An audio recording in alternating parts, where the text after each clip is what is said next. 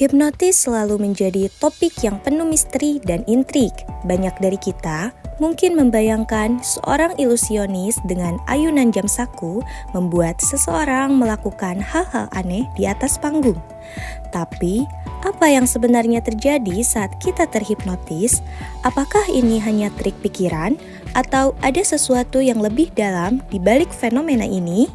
Mari kita bongkar fakta menarik di balik hipnotis.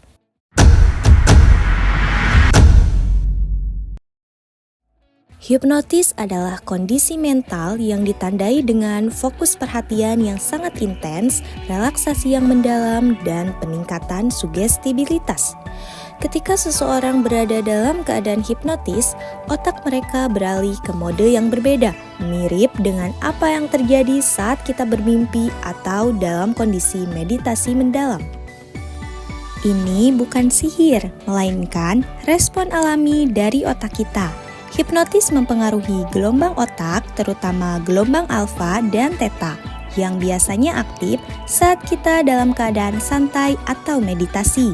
Inilah sebabnya mengapa orang yang terhipnotis bisa sangat fokus pada satu hal sambil mengabaikan gangguan lainnya. Salah satu aspek paling menakjubkan dari hipnotis adalah bagaimana sugesti bisa mempengaruhi pikiran dan perilaku kita. Saat kita berada dalam keadaan hipnotis, otak menjadi lebih terbuka terhadap sugesti. Dengan kata lain, kita lebih mudah menerima dan bertindak sesuai dengan apa yang diusulkan oleh hipnotis. Inilah mengapa hipnotis sering digunakan dalam terapi, seperti untuk membantu orang berhenti merokok, mengatasi kecemasan, atau bahkan mengelola rasa sakit. Sugesti yang diberikan selama hipnotis bisa menjadi alat yang kuat untuk mengubah kebiasaan dan pola pikir negatif.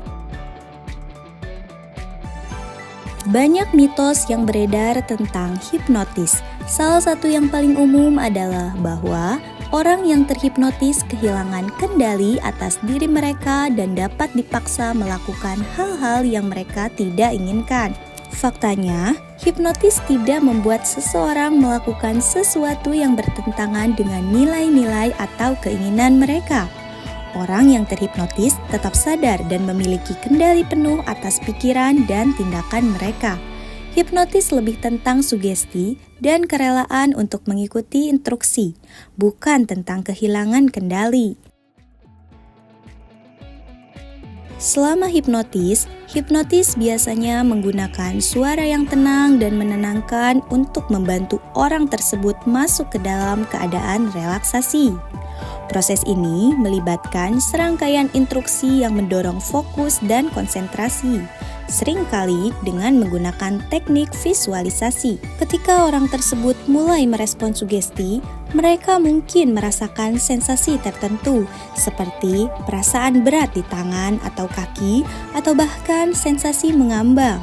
Semua ini adalah hasil dari peningkatan sugestibilitas otak dalam keadaan hipnotis. Hipnotis memiliki berbagai aplikasi, dari dunia kesehatan mental hingga performa olahraga.